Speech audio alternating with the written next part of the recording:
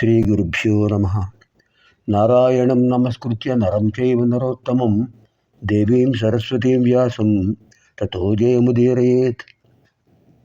ఆదౌ దేవకీదేవి గర్భజననం గోపీగృహే వర్ధనం మాయాపూతన జీవితాపహరణం గోవర్ధనోద్ధారణం కంసచ్ఛేదన కౌరవాదిహననం కుంతీసుతాన్పారణం.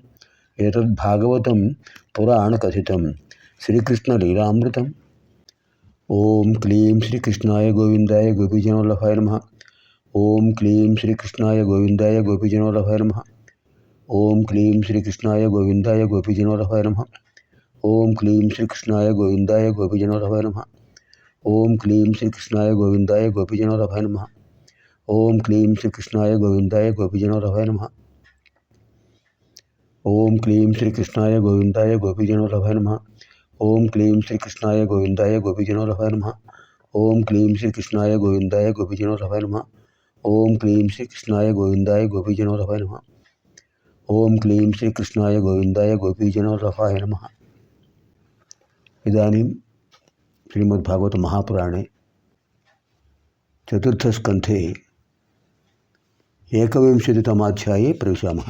చతుర్థస్కంధంలో 21వ అధ్యాయంలో ప్రవేశిస్తున్నాం.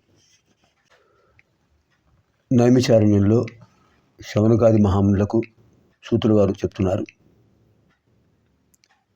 సరస్వతీ నదీ తీరంలో మైత్రేయుల వారు విదురుల వారు చెప్తున్నారు. గంగానదీ తీరంలో సుఖపరబ్రహ్మ పరీక్షణ్ మహారాజుకు చెప్తున్నారు. పృథు చక్రవర్తి యొక్క విశేషాలు.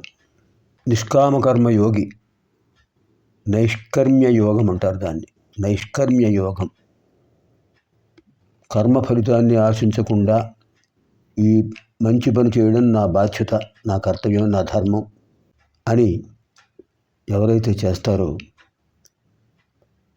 వాళ్ళకి నైష్కర్మ్య సిద్ధి యోగం కలుగుతుంది. ఫలితాన్ని భగవంతుడు అనుగ్రహిస్తాడు. చేయడం వరకే మన బాధ్యత, మన ధర్మం చేయటం. ఫలితాన్ని ఆశించకూడదు. ఎలా చేసామో భగవంతుడికి తెలుసు. తగిన ఫలితాన్ని ఆయన ఇస్తారు. ఆ ప్రాతిపదిక మనకు పృథు చక్రవర్తిలో కనిపిస్తుంది ఆ సంప్రదాయం. ఇంద్రుడికి బాధ కలుగుతుందనే ఉద్దేశంతో శతతమాశ్వమేధ యాగాన్ని కూడా ఆపేశారు ఆయన. శ్రీ మహావిష్ణువు కూడా ప్రశంసించాడు. తర్వాత ఆయన ఏదైనా విశేషమైన కార్యక్రమం చేశారా అని విదురుల వారు అడిగారు. అప్పుడు మైత్రేయులు వారు అన్నారు, ఇలాంటి బహుజనోపయోగ సత్క్రియాకర్మ కార్యకలాపాలను చేయడం అలవాటు అయిన తర్వాత చేస్తూనే ఉంటారు మహాత్ములు. కారణం ఏమిటి? వారు సిద్ధ సంకల్పులు. మనస్యేకం వచస్యేకం కర్మణ్యేకం మహాత్మన. అటువంటి వాడు పృథు చక్రవర్తి కూడా అలాంటి వాడే. ఆయన సంకల్పించాడు. లోకక్షేమం కోసం, ప్రజాక్షేమం కోసం, దేశక్షేమం కోసం, విశ్వమంతా సంతోషంగా ఉండాలి, ఆనందంతో ఉండాలి.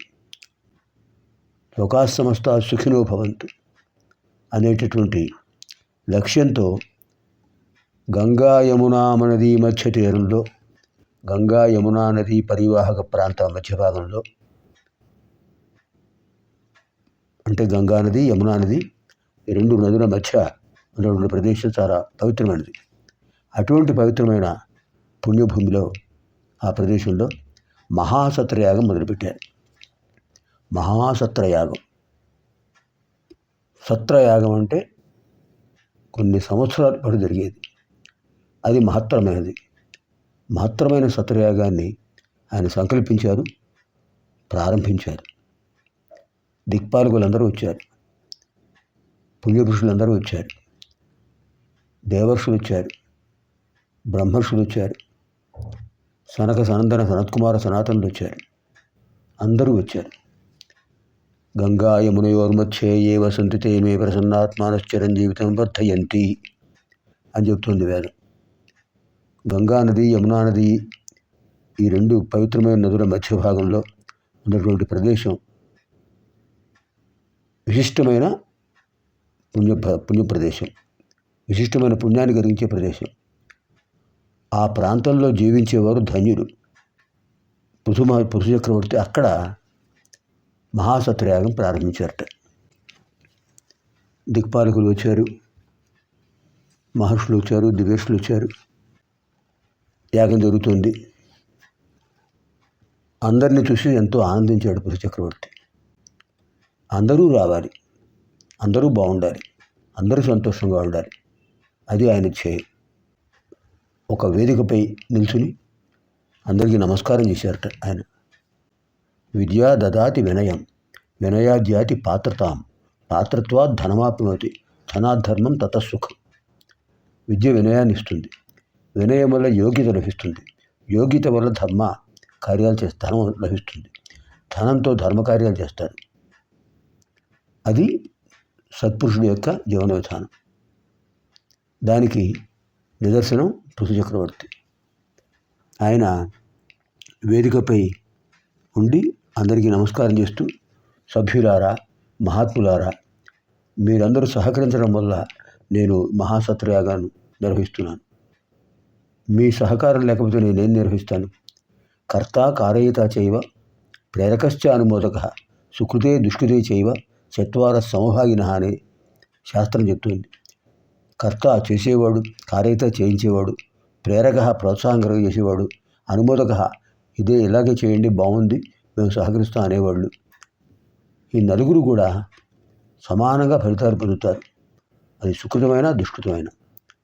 ఇప్పుడు ఇది ఒక మహాసత్రయాగం. ఈ ఫలితాన్ని మీ ఫలితం మీకు కూడా లభిస్తుంది.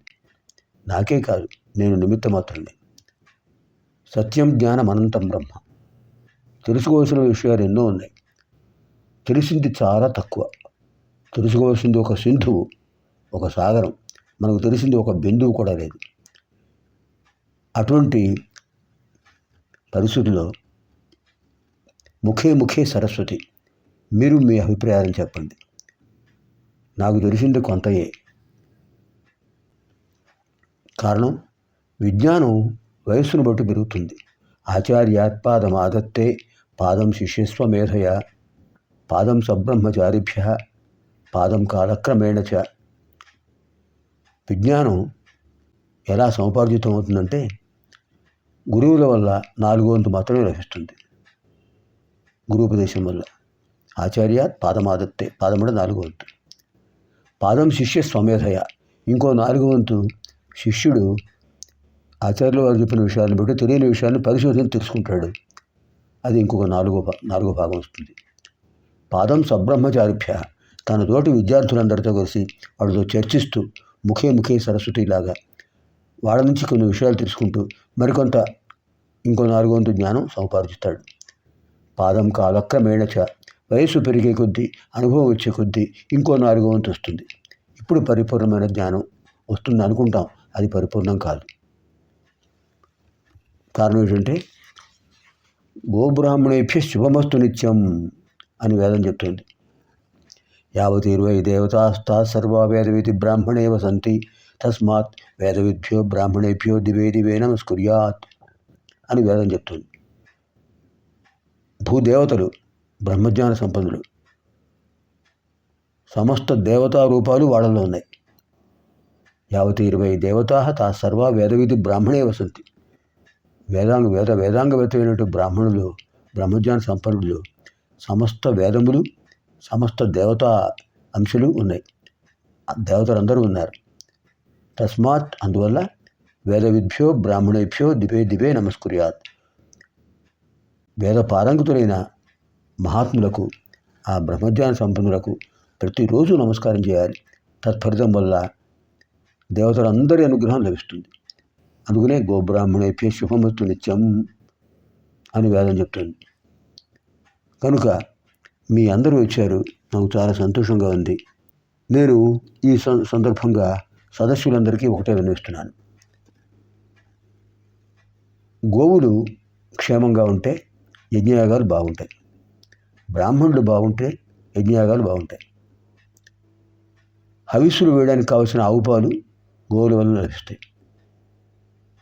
గోమయం శ్రీమయం, గోపంచితం పవిత్రమైనది, గోఘృతం హవిస్సులకు ఉపయోగిస్తుంది, దధి ఆవు పెరుగు పంచామృతాల్లో ఒకటి, గోక్షీరం పంచామృతాల్లో ఒకటి. గోక్షీరం, గోఘృతం, గోదధి, నారికేళ ఫలోదకం, మకరందం, ఈ 5 పంచామృతాలు. అకాల మృత్యు దోషాలను, అపమృత్యు దోషాలను తొలగించే అద్భుతమైన పంచామృతాలు. అవన్నీ వాటిని ఇచ్చేటటువంటివి గోవులు. ఇంకా బ్రాహ్మణులు చెప్పాం కదా, దైవాధీనం జగత్సర్వం, మంత్రాధీనం తు దైవతం, తన్మంత్రం బ్రాహ్మణాధీనం, తస్మాత్ బ్రాహ్మణో మమ దైవతం అని సాక్షాత్తు శ్రీకృష్ణ పరమాత్మ చెప్పాడు. దైవం మంత్రాలకు వశమై ఉంటుంది, జగత్తు దైవానికి వశమై ఉంటుంది. దైవం ఎవరి అవసరంలో ఉంది? మంత్రాధీనంతో దైవతం. మంత్రాలకు లోబడి మంత్రాల వశమై అనేది దైవం. మంత్రాలతో దైవాన్ని ప్రత్యక్షం చేసుకోవచ్చు. తన మంత్రం బ్రాహ్మణాధీనం, ఆ మంత్రం ఎవరి అధీనంలో ఉంది? బ్రాహ్మణుల అధీనంలో ఉంది. తస్మాత్, అందువల్ల బ్రాహ్మణో మమ దైవతం. అటువంటి బ్రాహ్మణులకు నమస్కారము, మీ అందరి సహకారంతో నేను యజ్ఞాన్ని పరిసమాప్తి చేస్తున్నాను అని చెప్పారట. అందరికీ నమస్కారం చేశారు. ఇది శ్రీమద్భాగవతే మహాపురాణే పారమహంస్యాం సంహితాయాం 4th స్కంధే 1వింశోऽధ్యాయः. స్వస్తి.